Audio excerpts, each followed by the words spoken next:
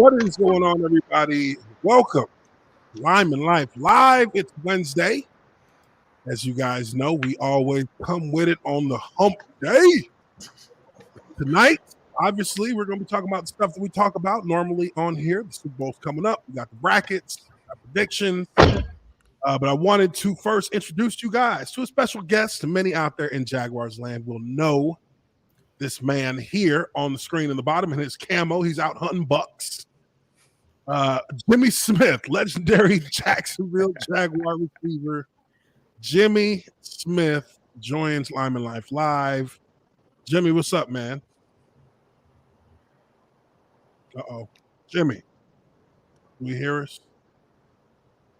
He's trying to get in his Bluetooth. He say what, Charles?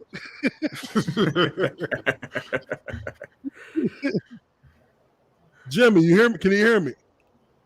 Well, he'll once he gets settled, we'll wait for him to settle. Anyways, I've been waiting on him to get settled up. Oh, there he goes. Can you hear us? Yeah, I'm sorry. I had my Bluetooth on, man. I'm sorry I ain't prepared tonight. Well, welcome to the show, man. Hey, I'm here. I'm moving around, but I'm here. Hey. Talk to us, man. How you feel about the whole Doug Peterson situation? How you feeling about that? I feel good. And you know, now I can say, man, B Left wasn't coming to Jacksonville. Not with Bulky, that's for damn sure. Oh no. And I think I didn't get a chance to read Tony Baselli's article the day before yesterday, but I thought that was going to be a big one. How Tony Baselli took some heat for kind of being like the company man or whatever. Ain't nothing wrong with being the company man when you're getting that check. But let's just be real. I'll take some company man checks. But he was talking about Tony was talking about how the Jaguars really weren't serious about hiring and be left. And we got that Rooney Rule going on now, which is ridiculous. But it's a useless rule. It needs to be done away with at this point. It's racist in itself to even have a rule like that. Mm-hmm. Yeah, because you try to force these owners to do things like that, and you kind of give them a box to check. They'll check the box, but that's all they're gonna do. It doesn't do any coach any good to just have to go in and base essentially, from what we've seen, waste their time being interviewed when they know that they're not going to get hired. Mm-hmm. Well-intentioned, but it's a sham. So it just kind of plays off bad. But also, happy birthday to you, man. Oh, nice. Happy birthday, man. You. Oh, wow. It's Jimmy's birthday today, so throw an F in the chat for Jimmy for a happy birthday. I want to thank all those. I try to reply to everybody. It's almost impossible, but I just want to publicly, thank everybody for all the happy birthday wishes. I really don't even like birthdays. I was just talking to my oldest son, Trey, about that. He was like, Dad, how was your birthday? I say, son, I really don't. I get kind of like down in the dumps every birthday. Why? 1 year old. Another year earlier. I'm older. I'm 53 years old. But even at 53, I think I can go out there and run circles around. And run a 9 route on somebody. Oh my God. I know you feel the same way, baby. Hey man, I just got out the gym earlier today. I was like, shit, give me about 3 months. Let me get about 6 months. Today, no. I can run one circle around you. I got one circle. I get one good 32 ISO off on them, but that's it. Mm-hmm. After that, then I gotta call for the trainers. Sit down. Yeah. Well, Jimmy, man, look, tell me a little bit about the situation as it pertains to. I know you're driving around, but tell me a little bit about the whole Hall of Fame situation because, even since I was a player in Jacksonville, guys, we knew about this whole push to get. Fred was even. Fred. I was with Fred my first 2 years, so I played a little bit with Fred. And once Fred went to New England, then he retired, and just kind of seeing him and having talked with him as a teammate, and then afterwards, how important that whole legacy is for guys like him, like you, like Tony, guys who were like hallmarks of the program. Even a guy like Mojo to an extent. Now at this point, guys who in their own right were some of the best in the NFL, like year in and year out consistently. So for you, and especially you, Freddie T, and Tony as a group, I've always felt like that should be something that the Jaguars should push as an entire like movement from Jacksonville. We want these guys in, because you always associate the best times of a franchise with groups of players who always complemented each other. And that's something that you guys did very well. Freddie T obviously running, you catching, Tony blocking, all on one side of the ball. That's kind of like how teams push it forward. But, obviously during the same era. In the same era, like together as teammates. Yeah, I mean, I'm telling you, Tony should have been in the Hall of Fame a long time ago. We could say he ain't played long enough, but if he would have played long enough, you would have got them kind of years out of him. I'm gonna tell you the truth. Oh, yeah. As far as number 71 on the left side, I ain't seen another left tackle in the game. And I had a privilege to play alongside of Tony Baselli. It was a reason why Mark, during all the years in '99 when I led the entire NFL in receptions, 70% of those catches were on the left side. You know what I'm saying? Yeah, we had a left-hand quarterback. And then you throw in there, of course, we got a left-hand quarterback. Tony's really protecting Mark's front side. You can go into detail on how that plays in a game. But I feel like just the amount that you guys got done in that period of time, it gets. I feel like on the grander stage, it gets a little bit overlooked just because. Coming from a small city market like Jacksonville, it's not, doesn't really pull at the national headlines that quickly. But now, the team is the team. Even the Jags came out going to the AFC title games, but even once you get past you guys' era, just the way the media has expanded so much, you would think it'd be a lot easier for the franchise itself to start putting you guys out there on as a group.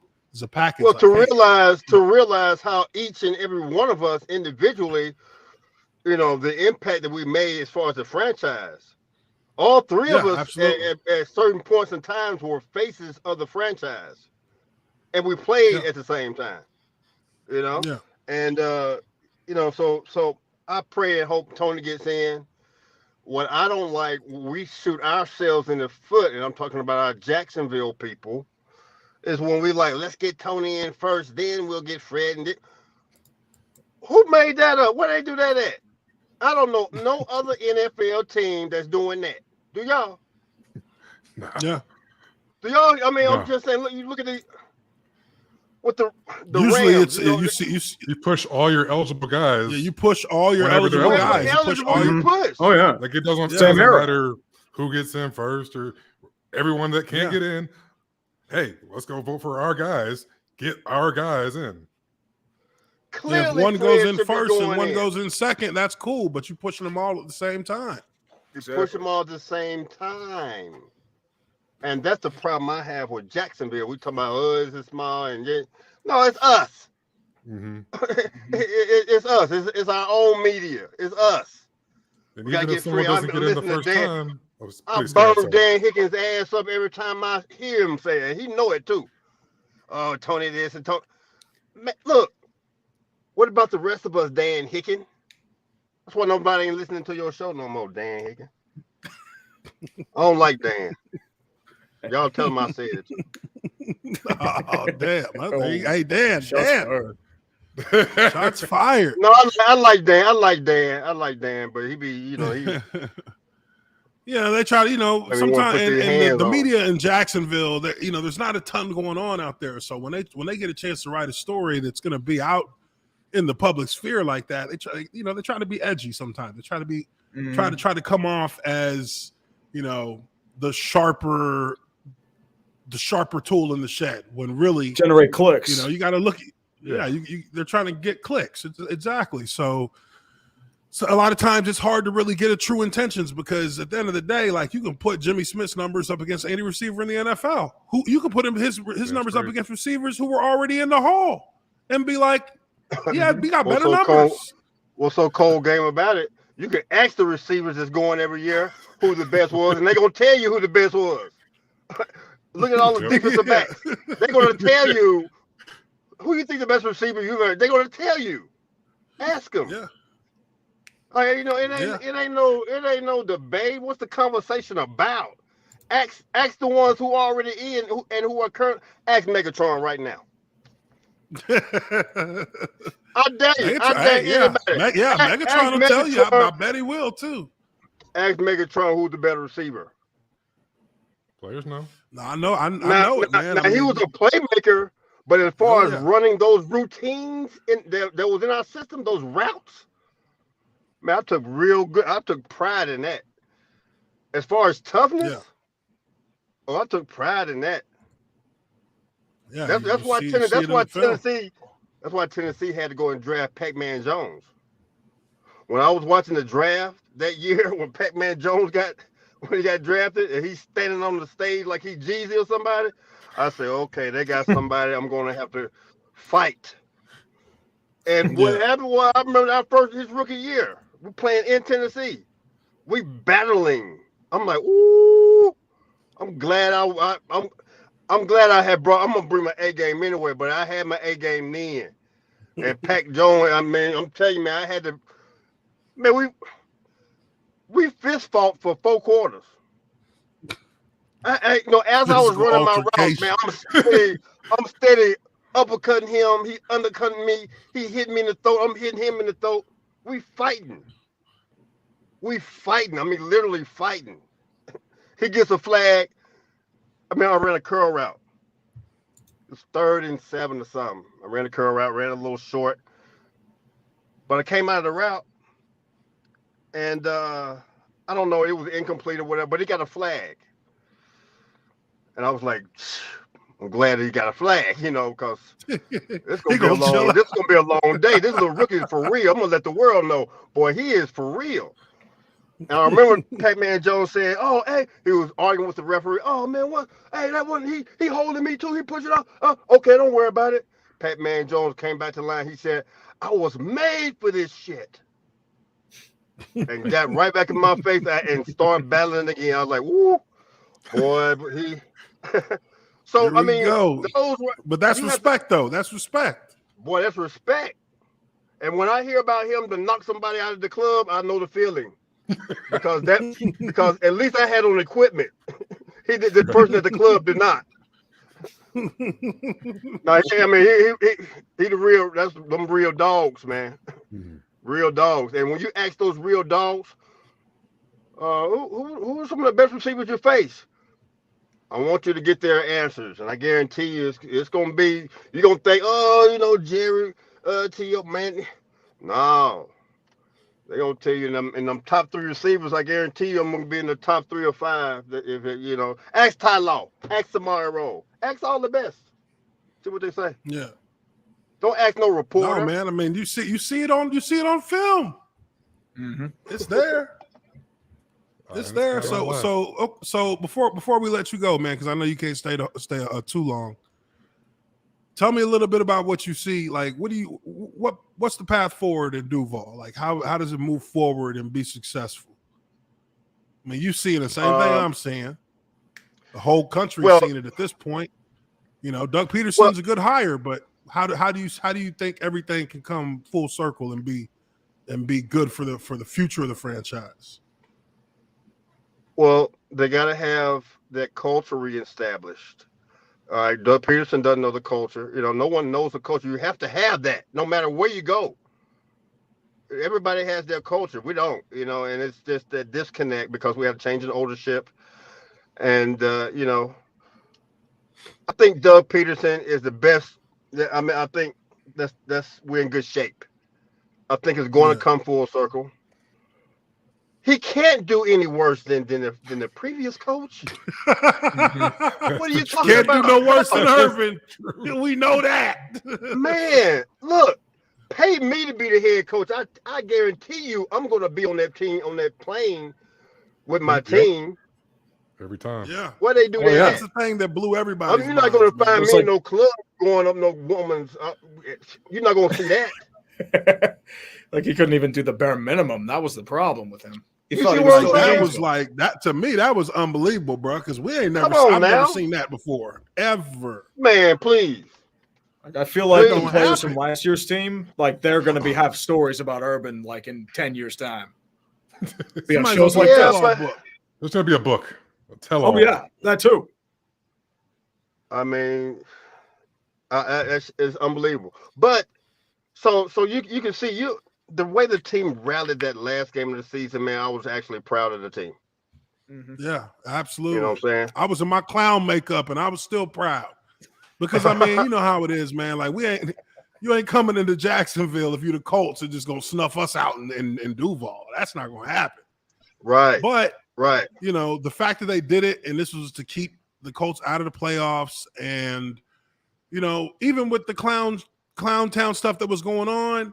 Everybody who was there was happy for us to show something, at least show something. Yeah, don't come out and bomb.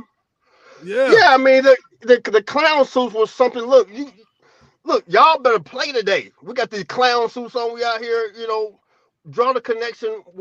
However you want to do it, you have so much to play for. No, we ain't going to playoffs, but it's a lot of other. I mean, you can keep this team from going to playoffs. Our rival. Yeah. And that was huge. You know, that's a win-win. So you take that momentum right there. You got Doug Peterson. He's going to build a good relationship with Trevor. What they do with the first pick of the draft. I mean, there's some good stuff ahead. I mean, we got all this salary cap room. I think that's huge. All the money we can spend to get some players and get some immediate impact. Don't be surprised. We in playoff contentions next year.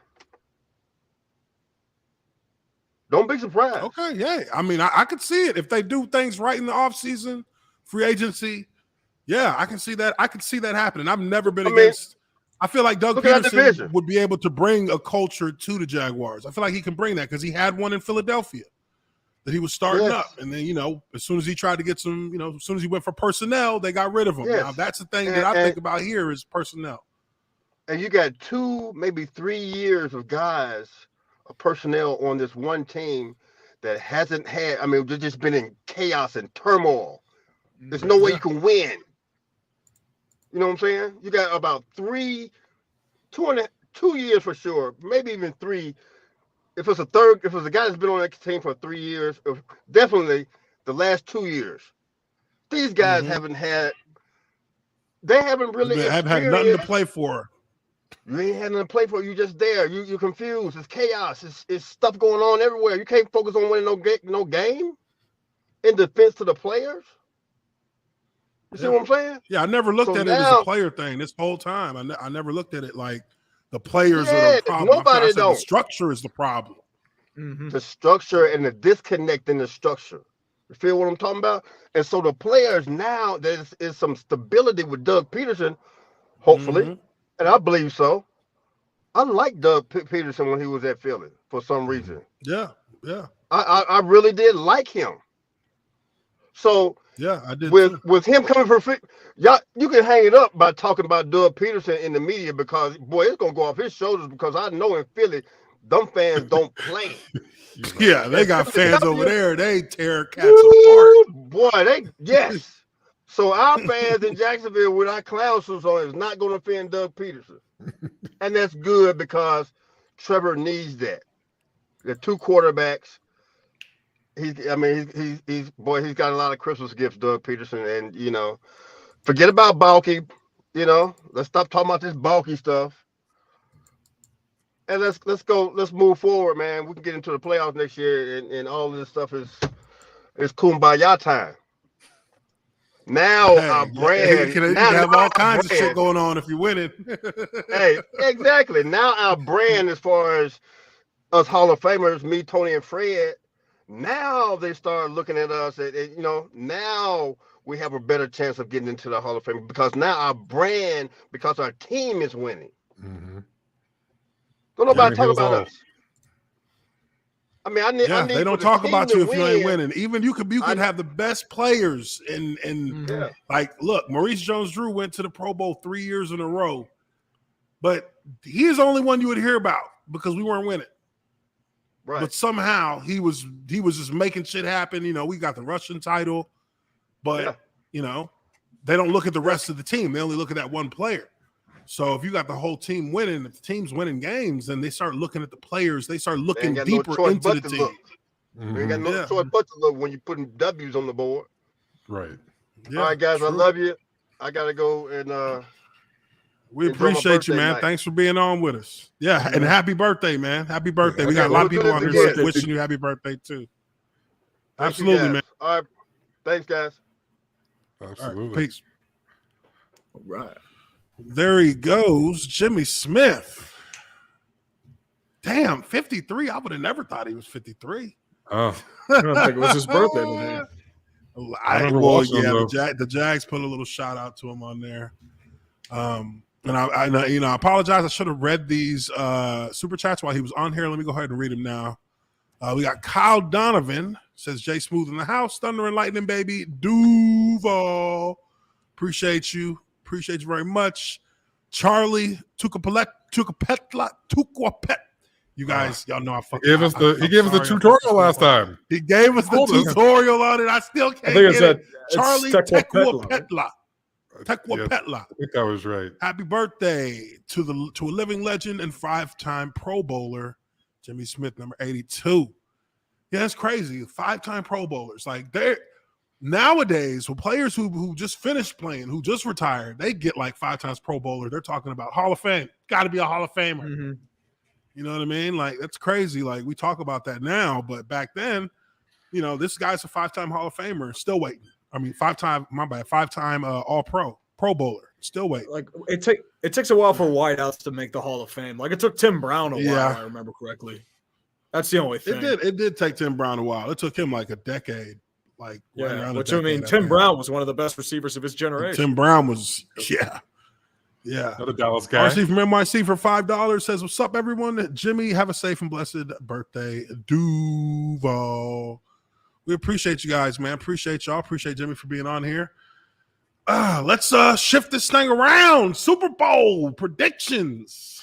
Let's see what we got. Let me pull it up. And actually, let's go into our Super Bowl stuff. Let's check it out. Because wait, there it is.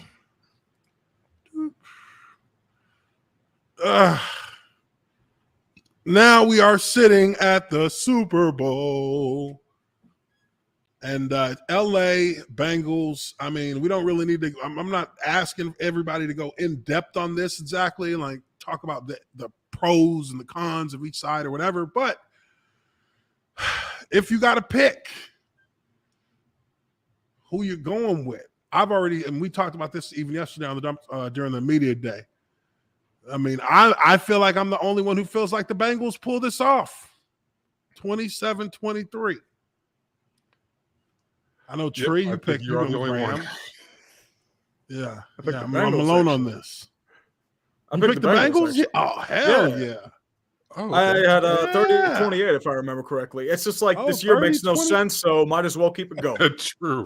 Exactly. It makes no sense. So this has to make sense. And that's the majority in here. And we're picking the fucking Bengals. Joe Shiesty. Joe Shiesty gets her done. Brings the championship to the fucking Cleveland Bengals. I remember when I went to go visit them in free agency, and when I got to their locker room, I was like, damn. met the strength and conditioning coach, met the O-line coach, went out to walk the field, walked to the stadium. I'm in the stadium like, this low budget shit. What is this? Oh no. the time, I was just like, man, you guys sure are. I mean, because, in Jacksonville, we had just got brand new fucking locker room. Our shit was like a Club Med. Like, he was like, it was 5-star plus. You know what I mean? Our shit was plush. We got screens in the lockers. We got brand new, field looking nice. They building damn new scoreboard, putting jacuzzis and shit. I'm over here. I go to Cincinnati. I'm like, all that shit makes you soft. So you mean like 10? Yeah. So you mean we're here to fucking win football games? Yeah. Indoor practice facility. We don't need that. Come on. Hey. I'm like, so you mean to tell me you motherfuckers practice under the overpasses? You serious? Here, have a Y'all raw practice steak under and the half a bridge dozen where the cars eggs. go over. Y'all practice under that. Yeah. I'm like, holy shit. Don't make me come here. Met with Marvin. Marvin was on his last year. He's sitting in his office chilling. He was cool. Marvin Lewis was cool. I was like, shit, hey, man, So what didn't you like in Jacksonville? I was like, oh, Lord. I didn't expect that question, but sure, let's talk about it. How much time we got? Hey, you got a little scotch? I think we're gonna need some for this. You got some? You got something to drink in here? Sure. What you need? Give me some Blue Label. I'm about to say, I think I smelled some Johnny. Cincinnati. You're getting Johnny like red or black. Give me some. Yeah, you're getting Red Label, son of a bitch. It's $24. Wait, there's more than red? Shit. This shit's fucking disgusting. No, actually, you're probably getting like Cuddy Sark. Oh my God, dude. Something about being in the Midwest, because the night before, they brought me in like the night before, took me to dinner. I was like, bet. They're like, you need a ride anywhere before we go back to the hotel? I'm like, shit, just take me to the casino, cuz I'm for the gamble. They said they got gambling there. I said, oh shit, take me to the casino. It was like, yeah, this guy's got a gambling problem. Don't bring him in here. Don't bring him in. I sat that bitch and lost like 5 racks. I was like, fuck. Sons of bitches. That put me in a bad mood. I'm like, man, fuck this place. I want to fucking Cincinnati. 5 minutes from Kentucky. The fuck is this? But nah, that's just a little sidebar story there. Bengals done, hey, they done upgraded now. Bitch got a whole layer of foundation over them cracks on her face. Now she look good. they're in the big show now.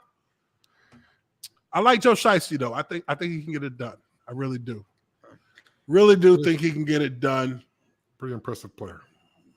Don't really I like LA too. I do, but something about it, like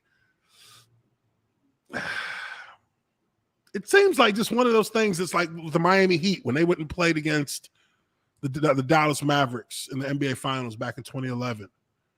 Ooh. Like the Bengals are a solid traditional football team. They're a downhill team now. They are. They play downhill. They run the ball. Very good back. You know what I mean? And they got a big play receiver. And they got a quarterback who don't have no fear. That's hard to beat because they're not expecting to – nobody's really expecting them to win. They're expecting them to put up a good game, but nobody's expecting them to win. We've seen instances of the Rams not coming through against teams that ain't that much, that aren't that close to them in talent. Sure. Nobody expected Cincy to win against Tennessee and Kansas City. This is house money. All the way. Yeah. Nobody. They're playing with Federal Reserve money. They have that they are just running through right now. That's what the Bengals are. That's all it is. Absolutely fearless. They don't give a fuck about nothing. They ain't even supposed to be here. They don't care. Exactly. This is like they're laughing that they're in this game. They're laughing. They're like, shit, play free, lose. Yeah, you're right. You know what I mean?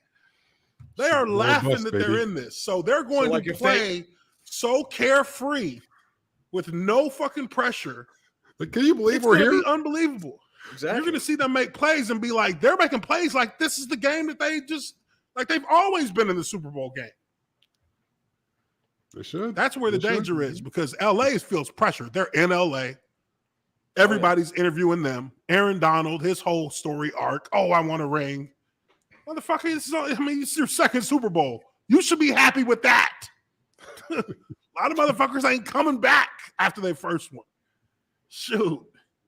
If they get that. Yeah, a lot of cats never get. There's a lot of storylines on LA's side.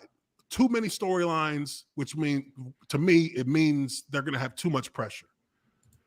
Everybody's talking about Matthew Stafford. Everybody's talking about OBJ. Yes, these are great players, but we've seen them falter in situations where you didn't expect them to falter. And I think this is going to be one of them games. It's just what my gut tells me. That's why I picked them.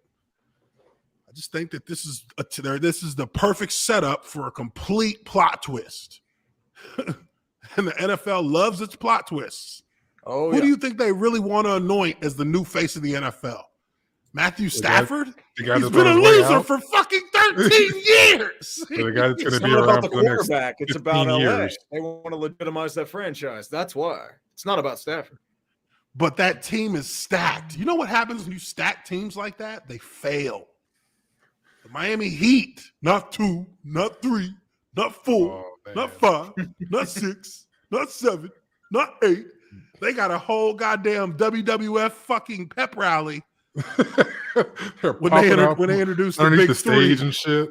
You know what I'm saying? Foam machines, fucking fireworks behind them, sparks everywhere. I thought they were shooting a fucking music video. Now we got 2 NBA teams with big threes that probably won't make the fucking They got playoffs. big threes. First thing that happened to them, they played against a traditional 5-man team with one superstar and a bunch of role players, and they fucking walked their asses. Mavericks walked them. What year was it when the Lakers had like all these Hall of Famers? It was like Gary Payton, Karl Malone. Oh, that was like what, 2002, 2003?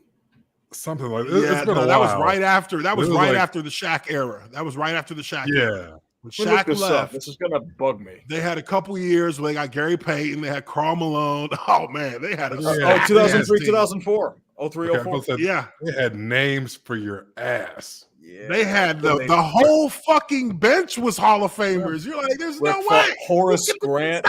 They still had Shaq. Shaq and Kobe. Oh, they still had Shaq. Gary Payton, Byron Russell, Derek Fisher. Let's see here. And that team lost to like who? That team lost to like the Pistons. Fucking New Jersey Net. The Pistons, yeah. Yep. Rep Hamilton. This is the same setup. It's the same matchup. Look at it. Next to each other. They're the same matchup. Blue collar team versus the Hollywood Showtime team. It's a setup. They're going to lose this Super Bowl. So if you put money down, I am not responsible for what you do with your money when you gamble on games. But think about it. This is a setup. We've seen it before. You've seen this before. You have. If you put money on this game, put your money on the Bengals. I'm not responsible if you lose that money. But if it were legal here in the state of Georgia, I would be putting my money on the Bengals. So, with that being said, that's our Super Bowl. That's our look at the Super Bowl. Let's see what else we got. NFL's also getting ready to start they're adding to the international series this year. As per usual, the Jaguars will be playing in a Wembley Stadium again. And also, they'll be playing in Munich it was? Let me pull this Munich next year, and then they're playing 2 games in Munich. I think they rotate. Then 2 years in Frankfurt. So, 4 and 4 years.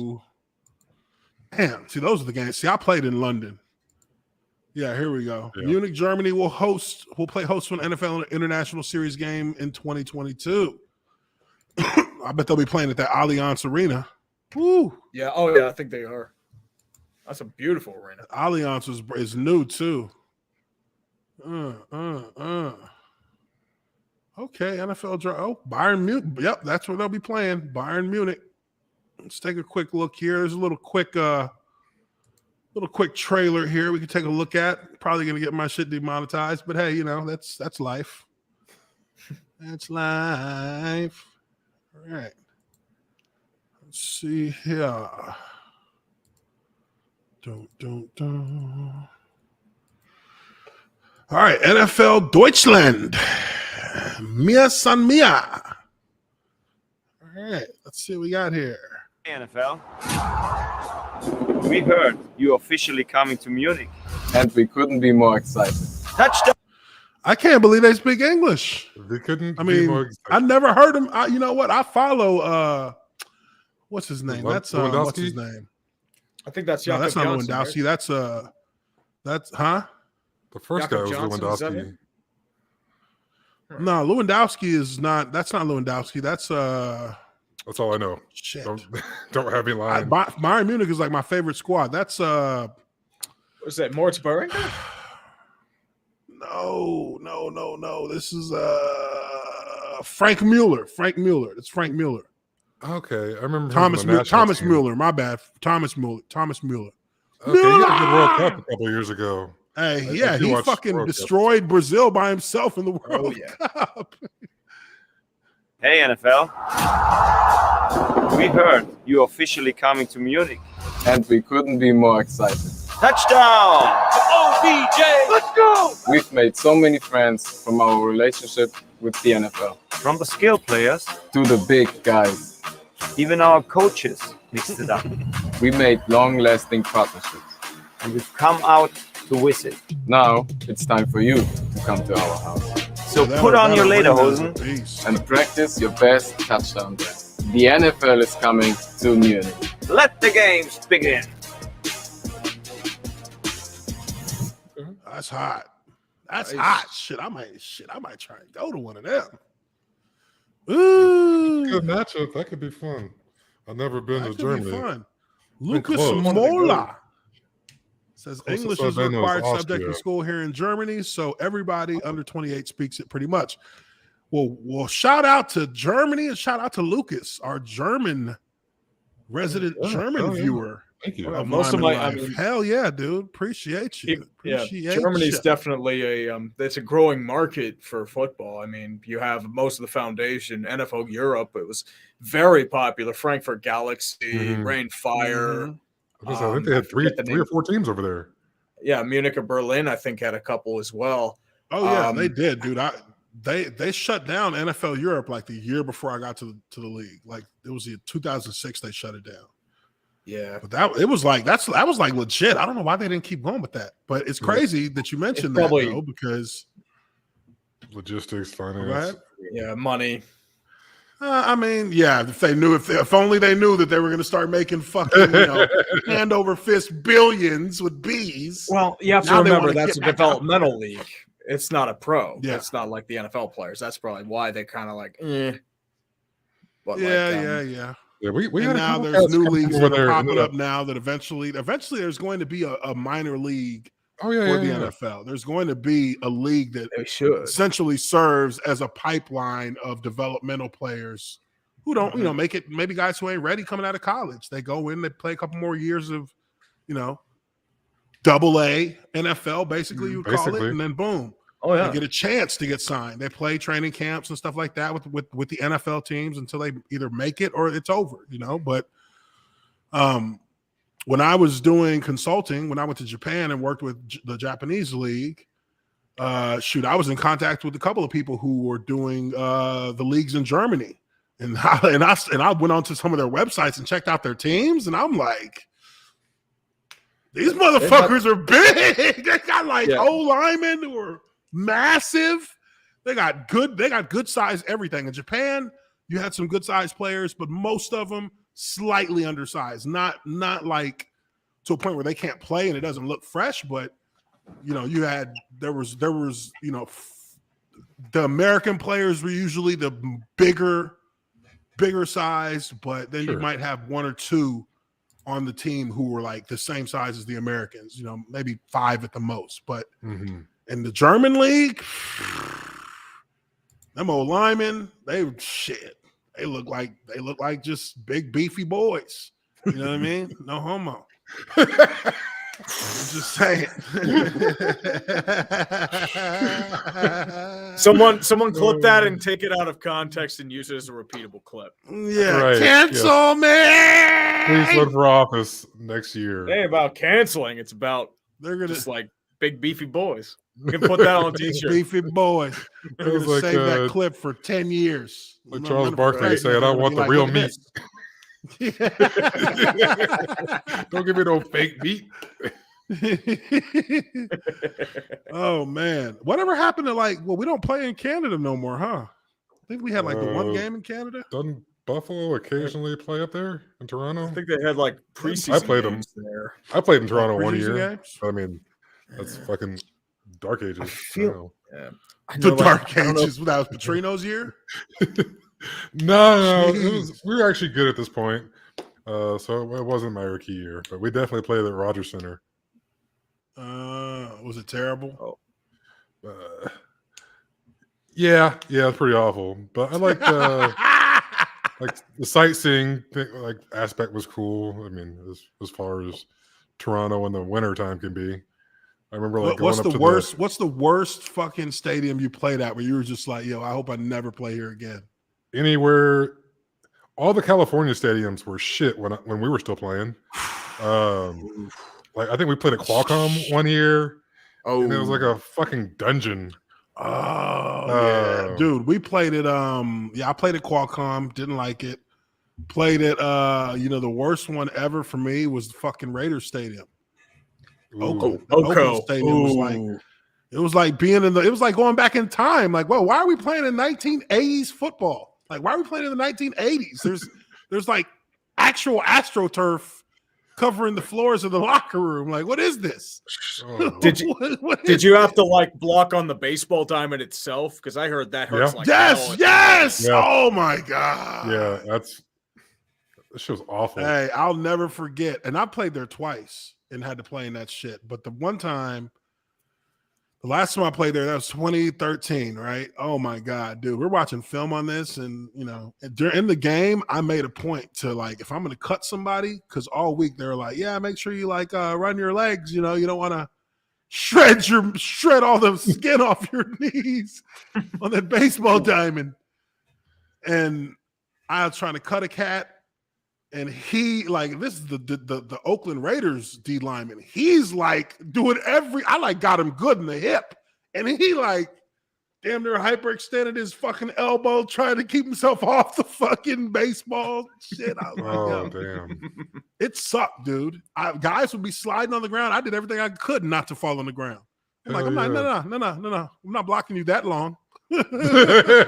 Plays way over there. We're good. Not till we get on the grass. It's terrible. I hated playing in that stadium. Don't know if you should wear studs or Cadillacs. Yeah, there's nothing you can really wear. I'm running and then I feel like a shift in and then it's all of a sudden the grass and then I'm gives. Basically crushing the little rocks and now I'm running. Yeah, now I'm running on what feels like essentially concrete or gravel, maybe. Yeah. Oh my god. All their stadiums were shit, and of course their stadium sucked. The only one that was good was the Seahawks Stadium. Seahawks Stadium was straight. That was nice. Yeah, I think theirs is nice. Theirs is modern. NFL has a real problem with those. That's why they left San Diego. That's why the Chargers left, because they couldn't get a new stadium. I mean, it's also because Spanos had burned all his political capital. So I think that's what did it too. Yeah, well. They tried to pass an ordinance to fund a stadium and it didn't pass. So we're out of there. Yeah, they didn't like him no more. Time to go. Fuck you, buddy.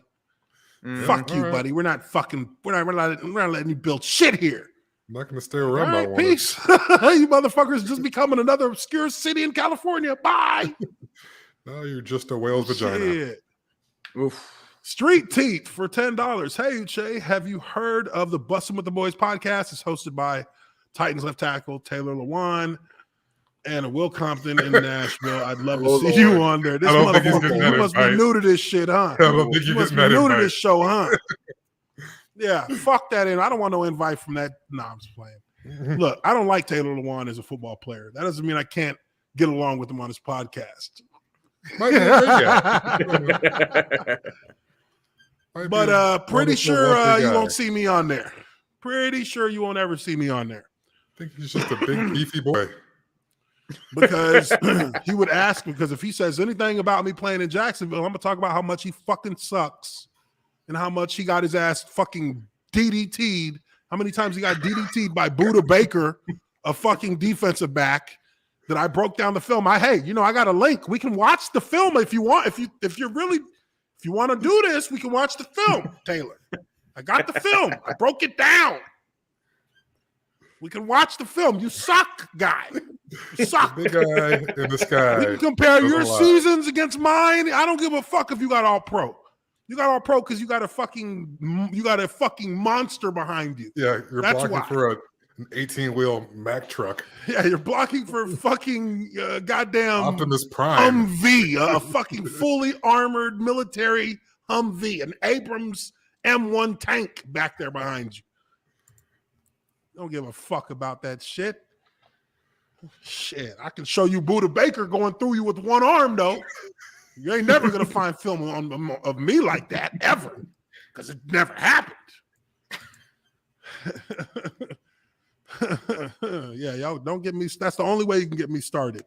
Is start talking about Taylor Lewan, busting it with the book. Why you have to bring that up? Oh man. Why you had to bring that up, BT? Now you done threw the whole show off. We over here, it's just Uche ranting now. These guys just they don't even got to be here no more. Shit. Oh man.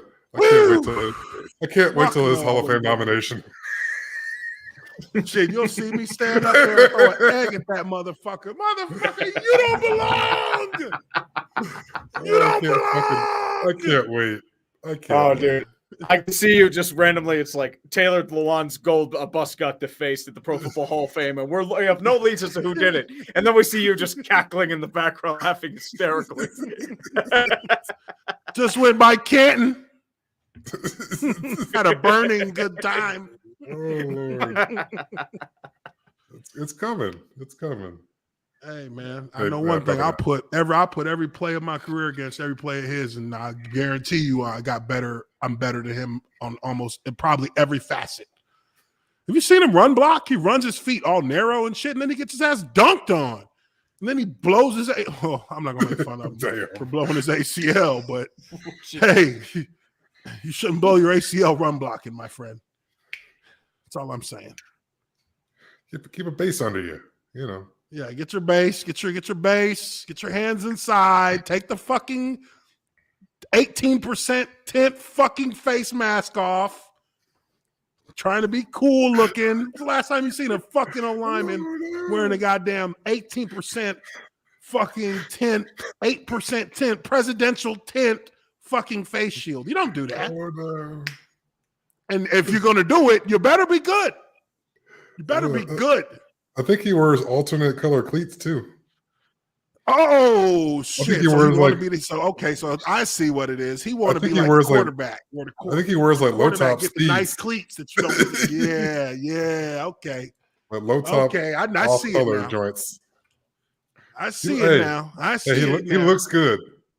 He want to look good out there. He want to wear them. He want to wear like the two tones with the alternate uniform shoes. He's you know the ones they only get a quarterback, but they like, no. You ain't wearing those. No. That's quarterbacks. Hey Ryan, give me an extra pair of shoes this week. Hey Ryan, can you get an extra pair of those shoes? Can you? It's like, come on, dude.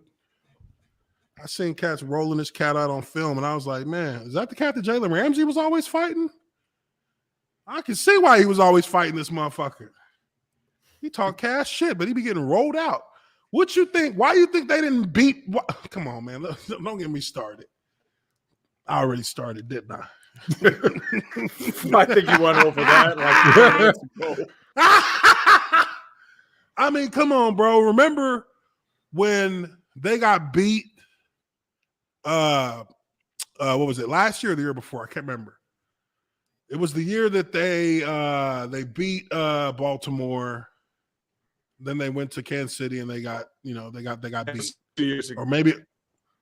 Oh no! I think it was the year after that. Oh, they lost to Baltimore that year, and then they yes, when they lost to Baltimore, Bruh. Why you think they couldn't run the ball? Why you think they couldn't pass the ball? Taylor Lewan was getting fucking wrecked. He was getting wrecked. Who was in Baltimore at that time? I think it was Calais Campbell, right? Was it Calais Yeah, Campbell? Calais Or was that Campbell. Judon? Oh, it was. Oh, But it was been. but it been was together. it was their outside rusher who was just going to town on this cat. Like Taylor Lewan was just like, there was a couple times when he didn't even touch this cat. He tried to get a hand on him. He hit him with the and was just straight to him. That's where they figured out how to get on his ass when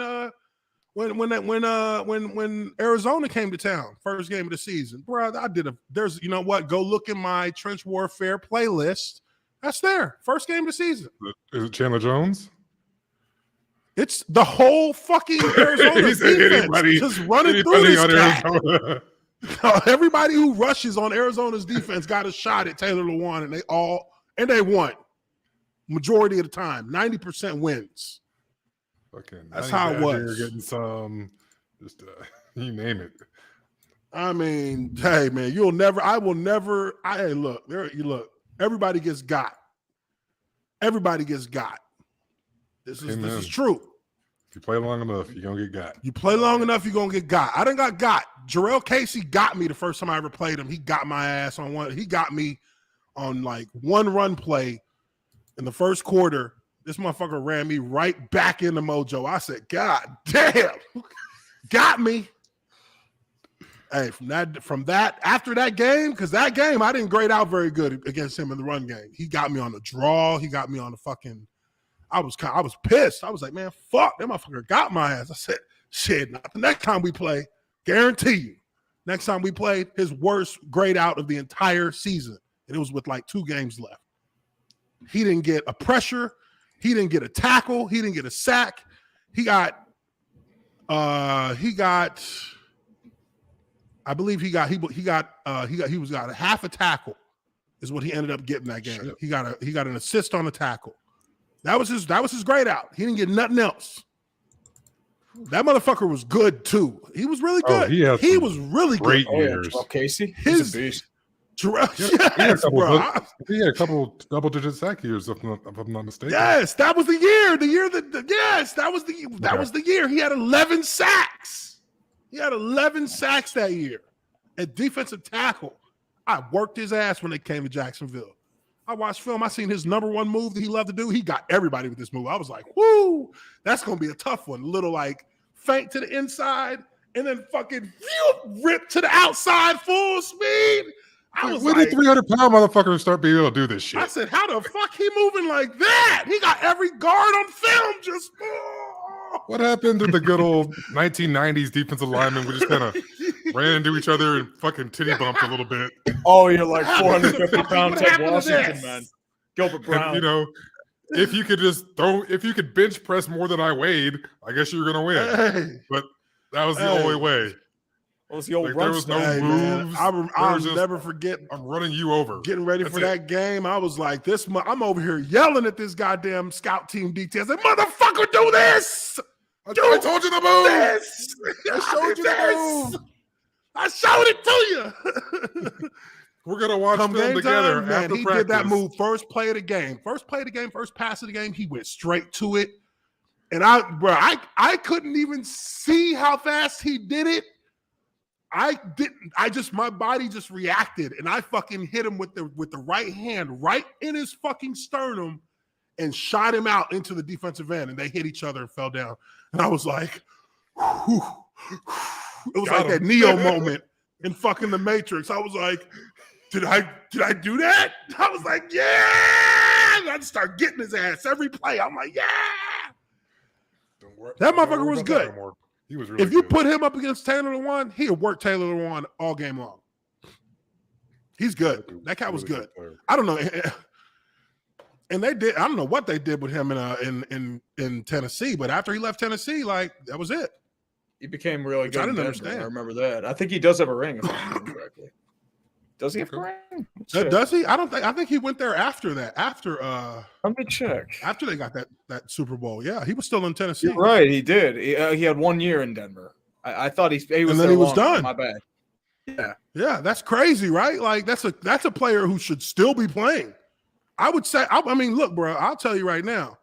I feel like because I never played against Aaron Donald, so I'm not. I don't. You know, if you have, let me know. But I watch Aaron Donald, and I try to be completely, just fair about how good I think he really is. I think that's way more hype than he's just good.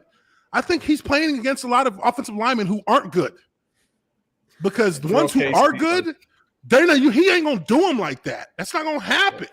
He be doing some of these old linemen. I'm like, bruh, you're garbage if you're getting done like that. That's just established.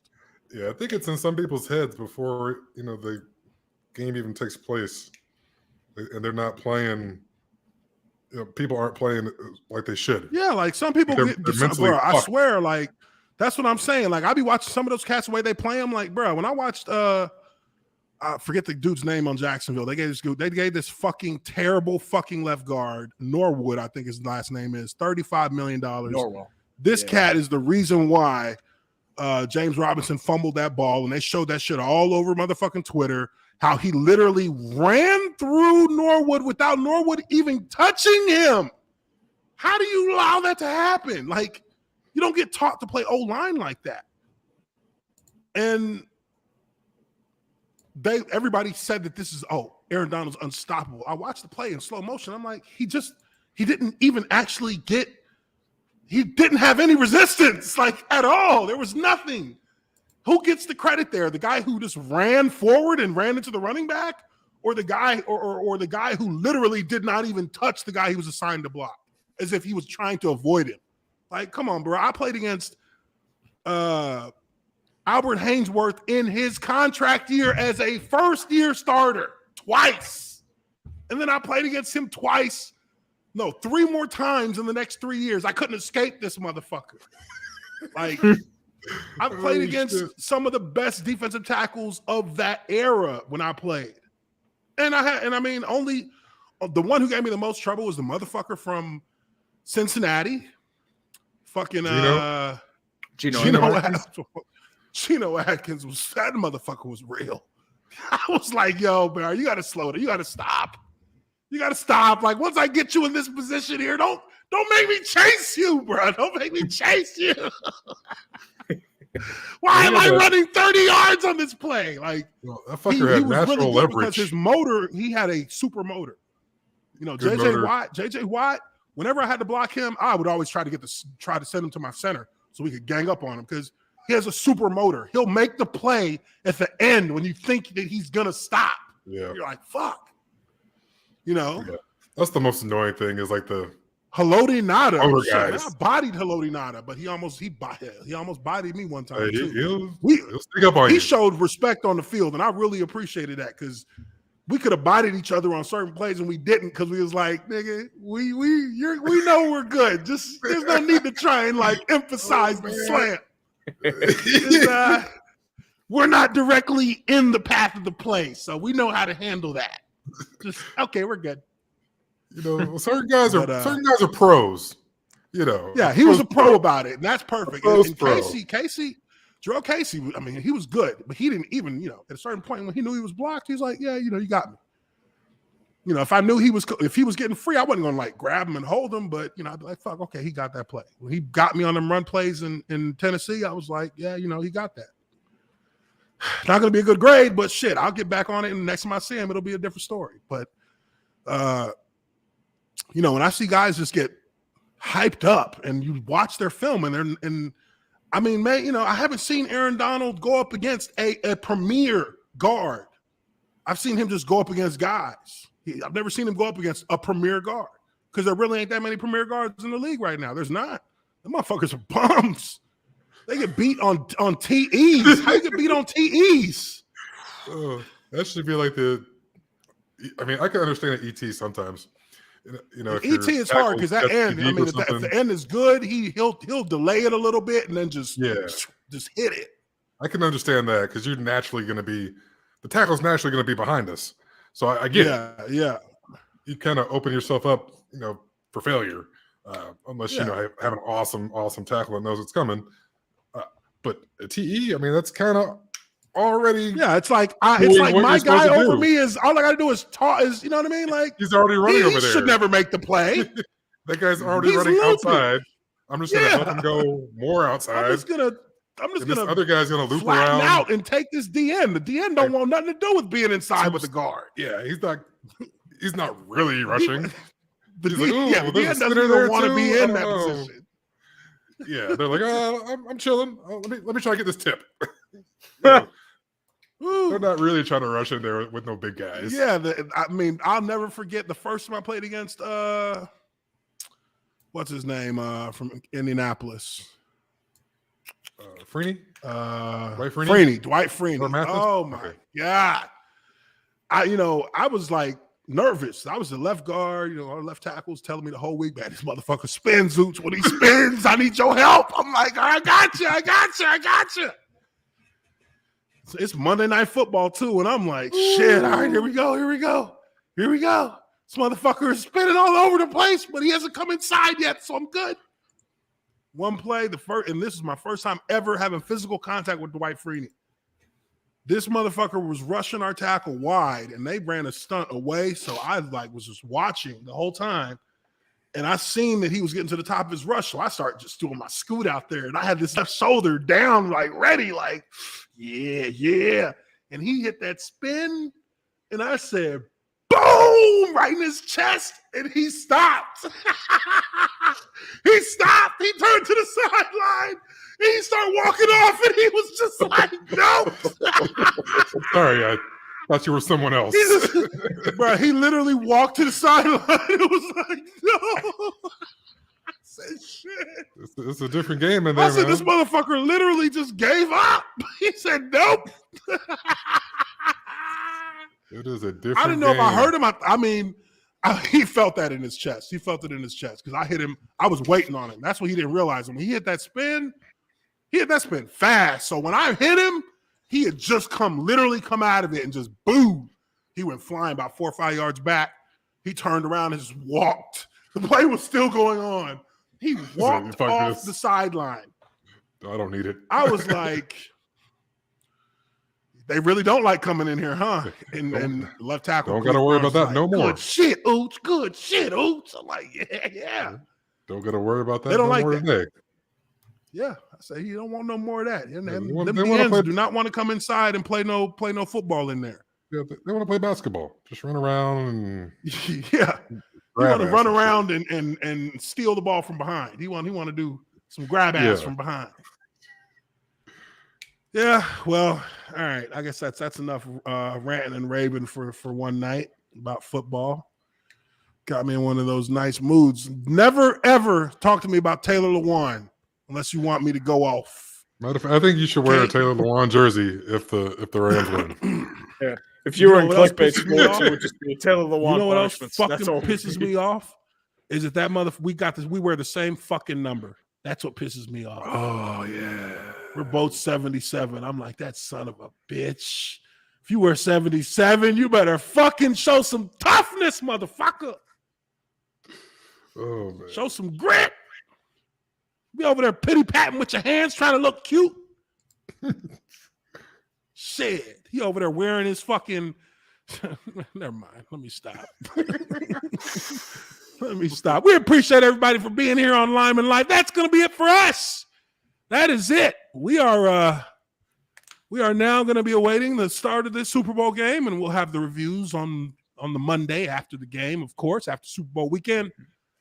We didn't have 5 points in today. He had to handle some family stuff, which is all good. Nothing bad, of course, but we wish him the best, having a good time, spending time with family for the birthday. So, with all that being said and done, we appreciate Jimmy for coming on. Got my guys Justin Blaylock and Urinating Tree here. That is it for us. We will catch you all on the next one. Lineman Life Live. We out.